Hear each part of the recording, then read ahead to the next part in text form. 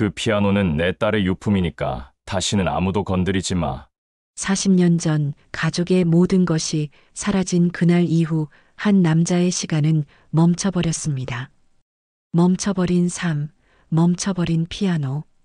5살 때까지 매일 함께 쳤던 엘리제를 위하여 모든 것을 잃은 줄 알았던 그에게 갑자기 울려 퍼진 한 줄기 멜로디, 죽은 줄로만 알았던 피아노 소리가 이 차가운 저택의 비밀을 깨웠습니다. 평생을 자신을 숨기며 살아온 한 여자와 모든 것을 가졌지만 아무것도 갖지 못한 한 남자. 그들의 엇갈린 운명은 한 곡의 멜로디와 함께 시작됩니다. 그날 그 백화점에서 우리 딸이 사라졌소. 어릴 적 보육원에서 피아노를 배웠습니다. 진실은 가장 가까운 곳에 있었지만 서로를 알아보지 못했습니다. 운명이 엇갈린 두 사람. 그들의 눈물에는 어떤 비밀이 숨겨져 있을까요? 아빠가 미안해, 정말 미안해. 단 한 번의 연주가 잃어버린 시간과 기억을 되찾아주는 기적 같은 이야기. 그들의 엇갈린 운명이 마침내 제자리를 찾을 수 있을까요? 오늘의 이야기 시작합니다. 그 전에 잠깐 구독과 좋아요 눌러주시면 큰 힘이 됩니다. 새벽 5시 반 알람이 울리기도 전에 김지아는 눈을 떴습니다. 몸에 밴 습관이었지요. 60해를 살아오며 단 하루도 늦잠을 자본 적이 없는 그녀는 조용히 일어나 세수를 하고 단정하게 머리를 빗었습니다. 거울 속 자신의 모습을 바라보며 지아는 작은 한숨을 내쉬었습니다. 세월의 흔적이 고스란히 새겨진 얼굴이었지만 아직도 그 눈빛만큼은 또렷했습니다. 특히 무언가를 그리워하는 듯한 그 시선에는 말로 설명할 수 없는 간절함이 담겨 있었지요. 오늘도 하루가 시작되는군요. 지아는 혼잣말을 중얼거리며 방을 나섰습니다. 서울 강남 한복판에 자리한 이 대저택은 지안이 지난 15년 동안 몸담고 있던 직장이자 집이었습니다. 대기업 동진그룹 강태호 회장의 저택이었지요. 이 집에서 지안의 주된 업무는 저택 곳곳을 청소하고 정리하는 것이었습니다. 하지만 그녀가 가장 신경 쓰는 곳은 바로 거실 중앙에 자리한 그랜드 피아노였지요. 검은 칠이 반들반들하게 빛나는 스타인웨이의 피아노는 마치 고귀한 예술품처럼 그 자리를 지키고 있었습니다. 지아는 매일 아침 그 피아노를 정성껏 닦았습니다. 건반 하나하나 페달 부분까지 세심하게 관리했죠. 하지만 단 한 번도 그 뚜껑을 열어본 적은 없었습니다. 강태호 회장의 엄격한 지시 때문이었습니다. 그 피아노는 절대 건드리지 마시오, 보기만 하세요. 15년 전 이 집에 처음 들어왔을 때 강태호가 차갑게 내린 명령이었죠. 그 이후로 지아는 그저 바라보기만 할 뿐이었습니다. 하지만 그 시간들이 쌓이면서 묘한 감정이 생겨났습니다. 피아노를 바라볼 때마다 가슴 깊은 곳에서 올라오는 그리움과 동경, 어린 시절의 기억이 아스라하게 떠올랐습니다. 보육원에서 보냈던 유년 시절, 그곳에 있던 낡은 피아노에서 처음 들었던 선율, 그리고 몰래 독학으로 익혔던 엘리제를 위하여 그 모든 것이 이 피아노 앞에 서면 생생하게 되살아났습니다. 지아는 걸레질을 하며 생각에 잠겼어요. 만약 내가 다른 인생을 살았다면 어땠을까? 만약 피아니스트가 될 수 있었다면 하지만 이내 고개를 저었습니다. 지금도 이렇게 일할 수 있는 것만으로도 감사해야 한다고 스스로를 다독였습니다. 오전 10시 강태호가 서재에서 나와 거실로 걸어왔습니다. 지안 씨, 오늘 오후에 부인과 함께 싱가포르에 갑니다. 사흘 정도 비울 예정이니 집 관리 잘 부탁드려요. 그의 걸음걸이는 위험이 있었지만 표정만큼은 늘 차갑고 무표정이었습니다. 지아는 공손하게 고개를 숙였습니다. 네. 회장님 안심하고 다녀오세요.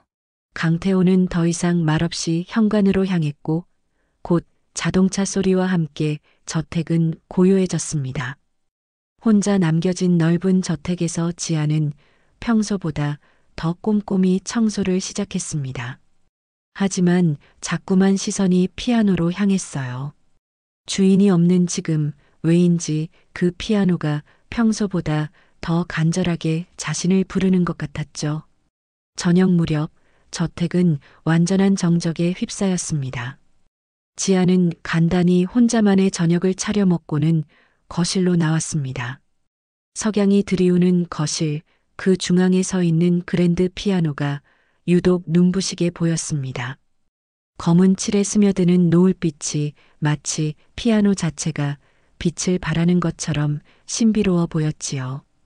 지아는 발걸음도 모르게 피아노 쪽으로 다가갔습니다.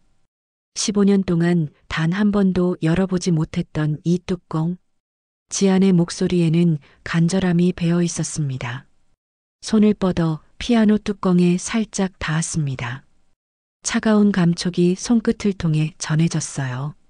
마치 오랜 친구를 만나는 것 같은 묘한 설렘이 가슴을 두드렸습니다. 주변을 둘러보니 정말 아무도 없었죠.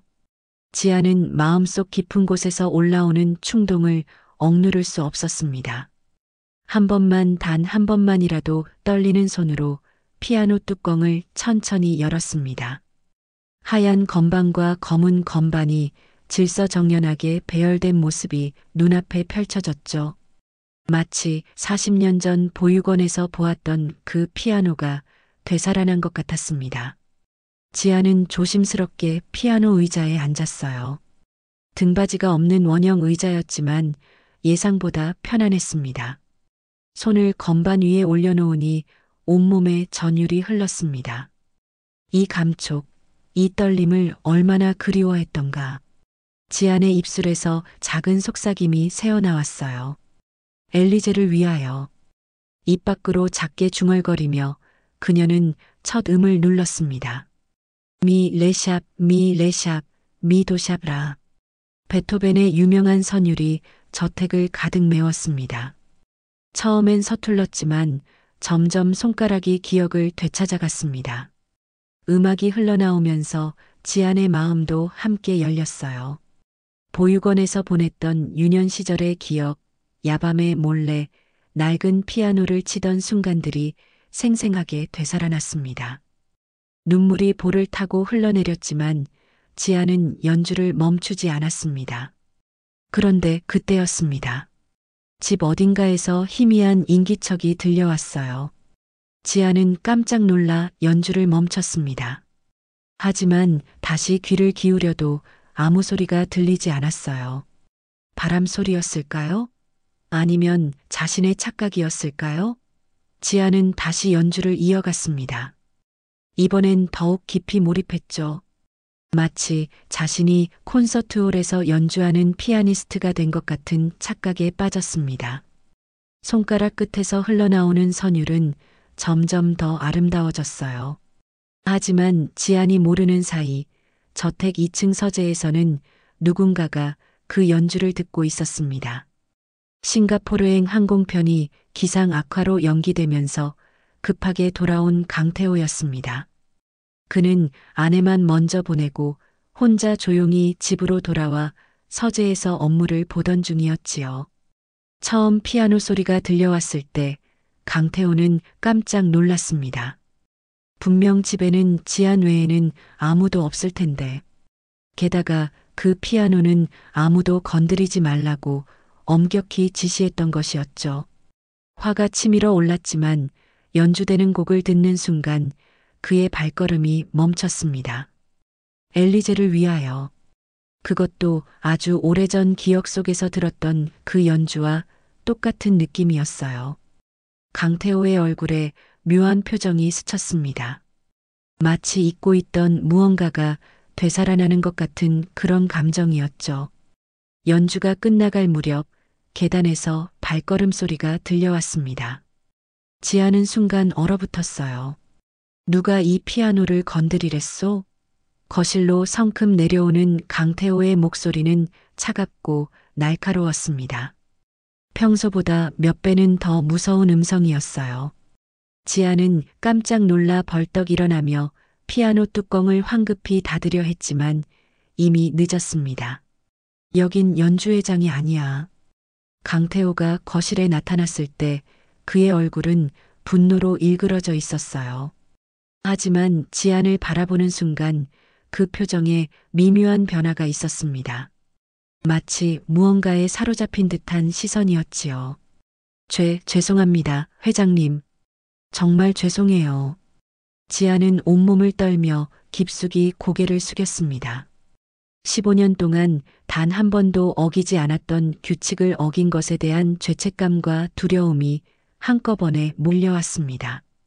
목소리도 제대로 나오지 않았어요. 출장 가신다고 하셔서, 그래서 잠깐만이라도, 정말 잠깐만. 말이 끝나기도 전에 눈물이 쏟아져 나왔습니다. 평생을 참고 살아온 모든 감정이 한꺼번에 터져 나오는 것 같았어요. 지아는 자신이 얼마나 큰 잘못을 저질렀는지 알고 있었습니다. 그런데 이상했습니다. 강태호는 예상했던 것처럼 계속 화를 내지 않았어요. 오히려 지안을 멍하니 바라보기만 했죠. 그 시선 속에는 분노보다는 당혹스러움과 묘한 감정이 섞여 있었습니다. 당신이 방금 친 곡. 강태호의 목소리가 평소보다 작아졌습니다. 마치 무언가를 확인하려는 듯한 조심스러운 어조였지요. 하지만 말을 끝내지 못하고 다시 지안을 바라봤습니다. 지안의 얼굴을 자세히 들여다보던 강태호는 갑자기 무언가를 떠올린 듯 눈을 크게 뜨더니 한 걸음 뒤로 물러섰습니다. 마치 유령이라도 본 것처럼 당황한 표정이었어요. 잠깐만. 강태호는 중얼거리며 서둘러 2층으로 올라갔습니다. 지아는 그 자리에 선 채로 어찌할 바를 몰랐습니다. 해고당하는 건 아닐까? 경찰에 신고라도 당하는 건 아닐까? 온갖 불안한 생각들이 머릿속을 스쳤어요. 강태호는 서재로 들어가자마자 책상 서랍을 뒤지기 시작했습니다. 가장 아래 서랍, 평소에는 절대 열지 않는 그곳을 열었지요. 그 안에는 오래된 서류들과 함께 낡은 사진첩이 들어 있었습니다. 떨리는 손으로 사진첩을 꺼낸 강태호는 첫 번째 페이지를 펼쳤습니다. 그곳에는 40년 전의 흑백 사진 한 장이 붙어 있었죠. 어린 소녀가 작은 피아노 앞에 앉아 환하게 웃고 있는 모습이었습니다. 설마 그럴 리가? 강태호는 사진을 들여다보며 혼잣말을 했습니다. 사진 속 소녀의 얼굴과 방금 전 본 지안의 얼굴이 자꾸만 겹쳐 보였어요. 특히 그 눈빛, 그 미소, 그리고 피아노를 치던 그 손의 모양까지. 다시 1층으로 내려간 강태호의 얼굴은 복잡한 감정으로 일그러져 있었습니다. 지아는 여전히 그 자리에 서서 눈물을 훔치고 있었죠. 두 사람 사이에는 묘한 침묵이 흘렀습니다. 지안 씨, 강태호가 조심스럽게 입을 열었습니다. 평소의 차가운 목소리와는 전혀 다른 어조였어요. 마치 무언가를 간절히 확인하고 싶어 하는 듯한 떨림이 있었습니다. 그 곡 엘리제를 위하여를 어디서 배우셨나요? 지아는 고개를 들어 강태호를 바라봤습니다. 그의 눈빛이 평소와 달리 간절해 보였어요. 무언가를 애타게 기다리는 것 같은 표정이었지요. 어릴 적에 입양되기 전 보육원에서 피아노를 조금 배웠습니다. 지안의 목소리는 떨리고 있었습니다. 그동안 누구에게도 털어놓지 못했던 자신의 과거를 말하는 것이 쉽지 않았어요. 하지만 강태호의 간절한 눈빛을 보니 거짓말을 할 수 없었습니다. 보육원에 오래된 피아노가 하나 있었어요. 건반 몇 개는 소리도 안 났지만 그래도 전 그 피아노가 너무 좋았습니다. 지아는 40년 전의 기억을 더듬으며 천천히 말을 이어갔습니다. 그때의 자신이 얼마나 그 피아노를 사랑했는지 매일 밤 몰래 일어나 연습했던 일들이 생생하게 떠올랐어요. 강태호는 지안의 말 한마디 한마디를 놓치지 않으려는 듯 집중해서 들었습니다. 평소의 냉정한 표정은 온데간데 없었고 마치 중요한 단서를 찾고 있는 사람처럼 보였습니다. 그 보육원이 어디였나요? 강태호의 질문에 지아는 잠시 머뭇거렸습니다. 왜 갑자기 보육원에 대해 자세히 묻는 걸까요? 혹시 자신의 출신을 문제 삼는 것은 아닐까 하는 불안감이 들었지요. 한빛 보육원이었습니다.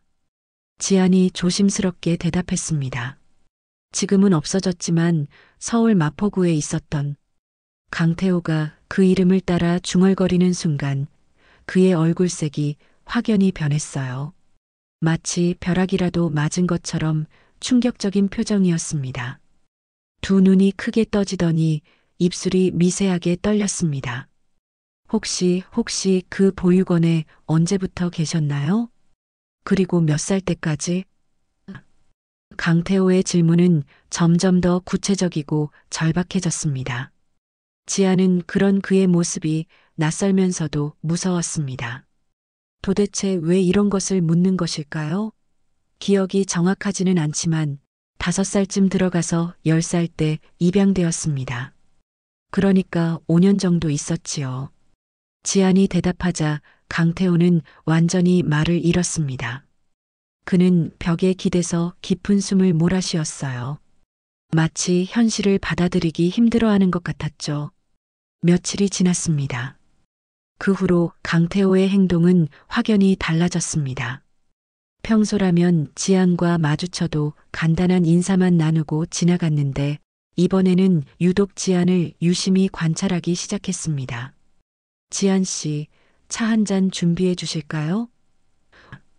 어느 날 오후 강태호가 지안을 거실로 불렀어요. 평소와는 다른 부드러운 어조였습니다.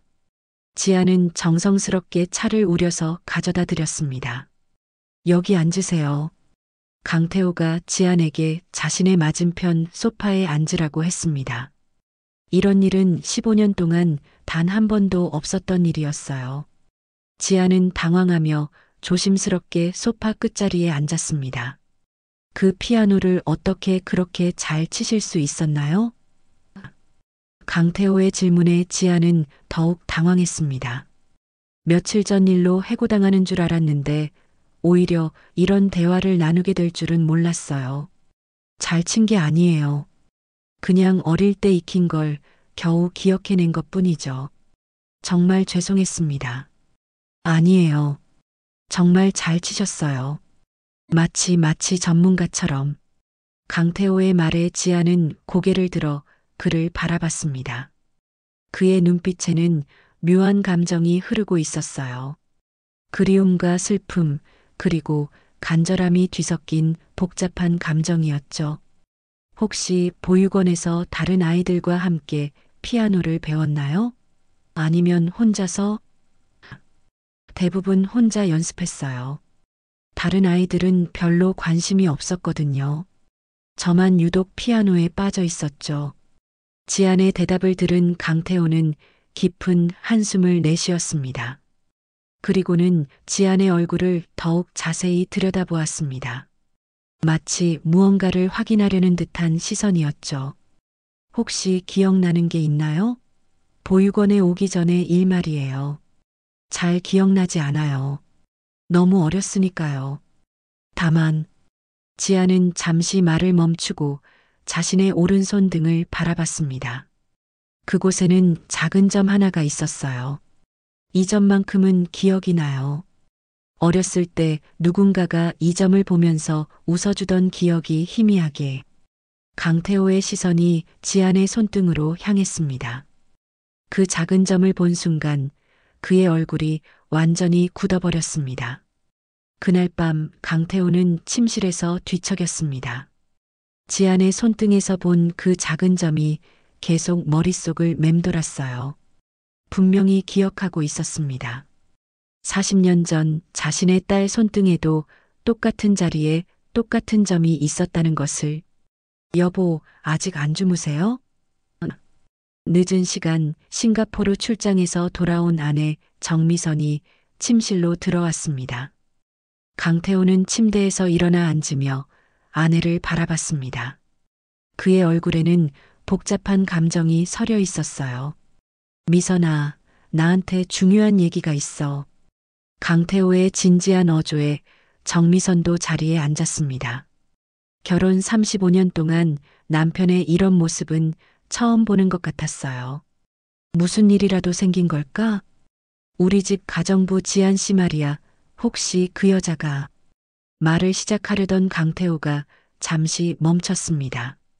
자신도 믿기 어려운 이야기를 어떻게 설명해야 할지 고민이 되었어요. 하지만 이 의심을 혼자서는 더 이상 견딜 수 없었습니다. 우리 딸일지도 몰라. 뭐라고요? 정미선이 깜짝 놀라 일어섰습니다. 40년 전 잃어버린 딸 이야기는 이 집에서 금기어나 다름없었습니다. 그동안 얼마나 많은 눈물과 절망을 겪었는지 이제는 그 상처를 다시 건드리고 싶지 않았거든요. 당신 무슨 소리를 하는 거예요? 우리 딸은 이미. 아니야, 들어봐. 강태호가 아내의 손을 잡으며 차근차근 설명하기 시작했습니다. 며칠 전 피아노 연주를 우연히 들었던 일, 엘리제를 위하여를 치는 그 손놀림이 어린 딸과 똑같았다는 것, 그리고 한빛 보육원에서 보냈던 시절의 이야기까지. 그리고 오늘 그 여자 손등에서 점을 봤어. 우리 딸과 똑같은 자리에 똑같은 점이 있었다고. 정미선의 얼굴이 점점 창백해졌습니다. 남편의 말이 사실이라면, 정말로 그럴 수 있다면 15년 동안 한 집에서 살면서도 모르고 지냈다는 말인가요? 하지만 확실하지 않잖아요. 그런 일이 어떻게. 그래서 확인해 보려고 해. 강태호는 이미 마음을 정한 것 같았습니다. 다음 날부터 조심스럽게 유전자 검사를 위한 준비를 시작했습니다. 지안이 사용한 컵이나 머리카락 같은 것들을 몰래 수집했지요. 며칠 후 강태호는 믿을 만한 병원을 찾아갔습니다. 검사를 의뢰하면서도 믿기지가 않았습니다. 정말로 이런 기적 같은 일이 일어날 수 있을까요? 40년 동안 그토록 찾아 헤맨 딸이 바로 코앞에 있었다는 게 가능할까요? 결과가 나오는데 일주일 정도 걸립니다. 의사의 말을 들으며 강태호는 복잡한 심정이었습니다. 기대와 두려움이 뒤섞인 감정이었지요. 만약 결과가 양성이라면 어떻게 받아들여야 할까요? 반대로 음성이라면 모든 희망이 물거품이 되는 것이겠죠. 그 일주일 동안 강태호의 행동은 더욱 이상해졌습니다. 평소라면 업무에만 집중했을 텐데 자꾸만 지안의 일거수일투족을 관찰하게 되었어요. 그녀가 청소하는 모습, 차를 우리는 모습, 심지어 걸어가는 뒷모습까지도 유심히 지켜봤습니다. 지안도 강태호의 변화를 느끼고 있었어요. 평소보다 자신에게 관심을 보이는 것 같기도 하고 때로는 멀리서 자신을 바라보는 시선을 느끼기도 했습니다. 혹시 내가 무슨 실수를 한 걸까? 아니면 피아노 사건 때문에 아직도 화가 나 있는 걸까? 정미선 역시 마음이 편하지 않았습니다.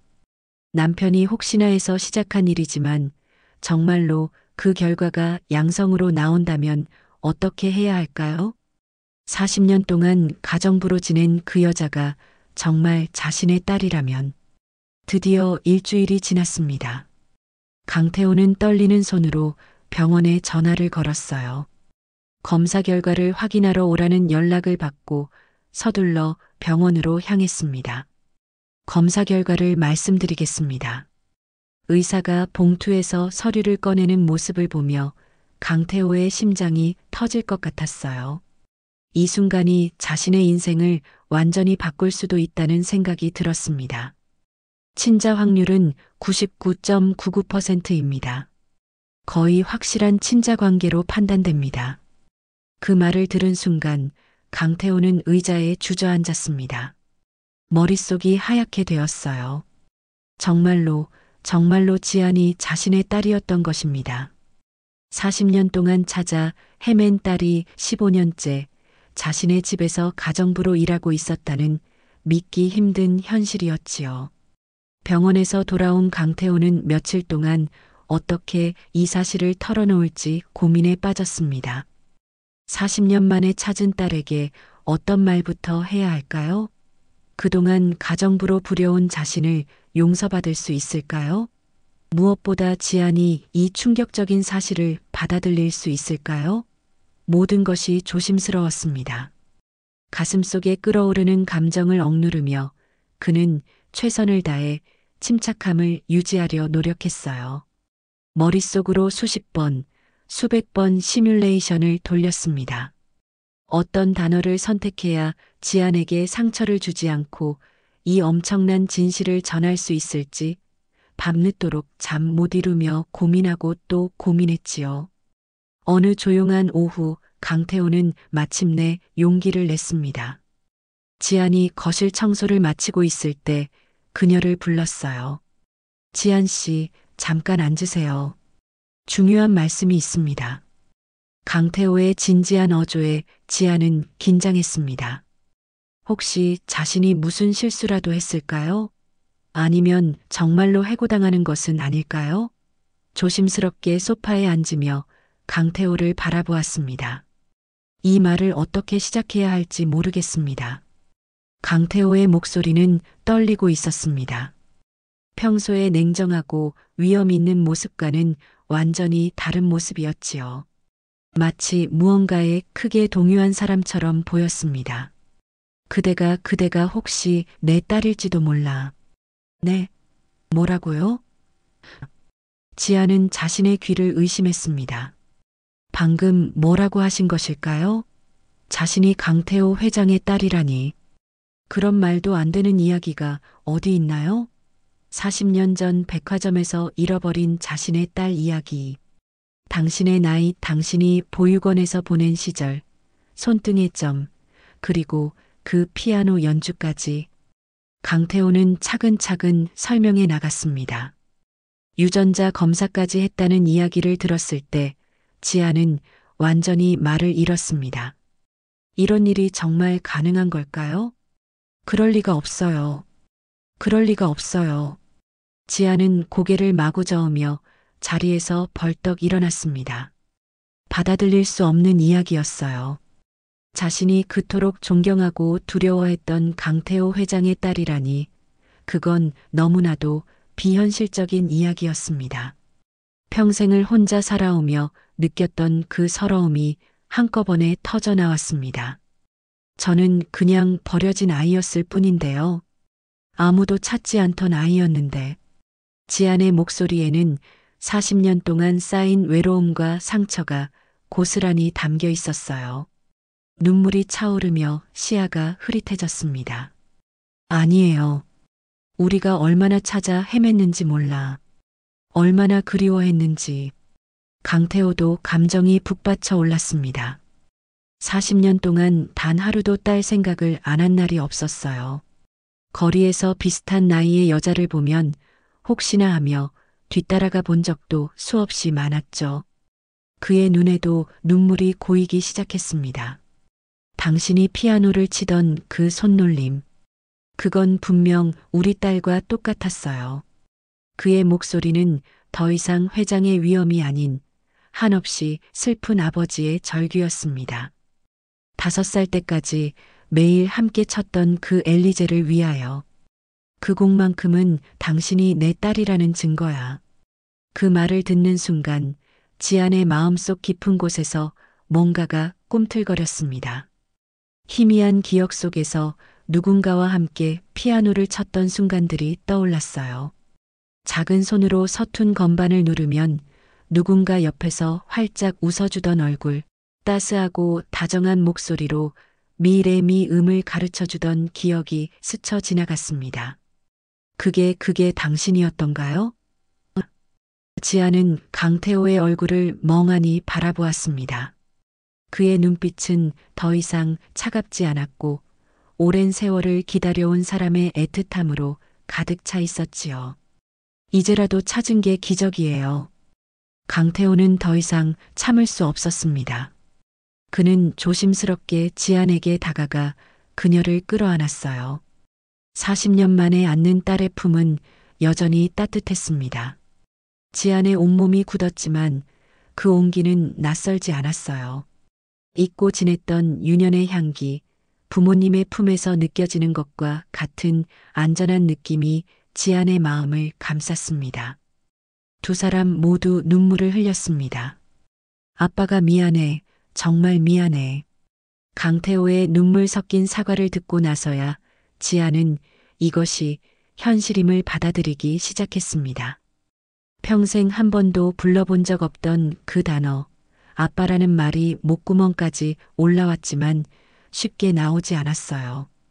그저 그의 품에 기대 펑펑 울 뿐이었지요. 오랜 세월 동안 억눌러왔던 모든 서러움과 그리움이 눈물을 타고 흘러나왔습니다. 지아는 마침내 자신이 있어야 할 곳을 찾은 듯한 안도감에 휩싸였습니다. 이 순간 이 거대한 저택은 더 이상 그녀의 직장이 아니었습니다. 40년 전 잃어버렸던 가족의 따뜻한 보금자리였죠. 수개월이 지났습니다. 김지아는 더 이상 이 집의 가정부가 아니었습니다. 이제 그녀는 강태호와 정미선의 당당한 딸이었지요. 법적으로도 감정적으로도 온전한 가족이 되었습니다. 지난 세월의 아픔을 보듬는 동시에 서로를 알아가며 새로운 관계를 쌓아 올렸습니다. 거실벽에 걸린 가족 사진에는 환하게 웃는 지안의 모습이 함께 들어가 있었습니다. 40년 동안 텅 비어 있던 그 자리를 마침내 채운 것이었죠. 강태호와 정미선은 그 사진을 볼 때마다 기적이라는 생각을 했고 가슴 한켠이 따스하게 차오르는 것을 느꼈습니다. 이제는 서로의 눈빛만 봐도 깊은 이해와 사랑을 주고받는 사이가 되었습니다. 어느 저녁 석양이 거실을 물들이는 시간에 지아는 다시 그랜드 피아노 앞에 앉았습니다. 이번엔 아무도 그녀를 막지 않았습니다. 오히려 강태호와 정미선이 그녀의 곁에 다가와 조용히 연주를 부탁했지요. 지아나, 한 번만 들려주렴. 내가 제일 좋아하는 그 곡. 그 어느 때보다 부드러운 강태호의 목소리에 지아는 미소를 지으며 건반에 손을 올렸습니다. 엘리제를 위하여의 첫 음이 울려 퍼졌습니다. 똑같은 곡이었지만 이번에는 완전히 다른 감정이 그 안에 담겨 있었습니다. 더 이상 몰래 훔치듯 치는 연주가 아니었지요. 자신의 모든 아픔과 그리움, 그리고 마침내 찾은 행복과 감사함이 선율을 통해 흘러나왔습니다. 손가락 끝에서 흘러나오는 하나하나가 눈부시게 빛나는 보석처럼 온 집안을 가득 채웠습니다. 지안의 얼굴에는 따뜻한 미소가 번지고 있었습니다. 피아노 옆에 서서 딸의 연주를 듣고 있던 강태호와 정미선도 환하게 웃고 있었지요. 지난 세월의 차가웠던 표정은 온데간데 없었고 그저 기쁨과 안도로 가득 찬 얼굴만이 그 자리를 대신했습니다. 40년 만에 되찾은 가족의 온기가 집 안가득 퍼져나갔습니다. 이제 이 집은 단순히 부유한 저택이 아니었습니다. 사랑과 용서로 다시 채워진 진짜 가족의 보금자리였지요. 마침내 모든 것이 제자리를 찾은 것 같았습니다. 진정한 품격은 부와 권위가 아닌 사람을 향한 따스한 존중에서 비롯된다는 사실을 그들은 깨달았습니다. 그리고 그 사랑이 40년의 시간을 넘어 지안을 굳건히 지켜주었던 것입니다. 오늘도 귀한 시간 내어 끝까지 시청해주신 구독자 여러분 진심으로 감사드립니다. 오늘의 이야기가 마음을 울렸다면 구독과 좋아요, 댓글 부탁드립니다.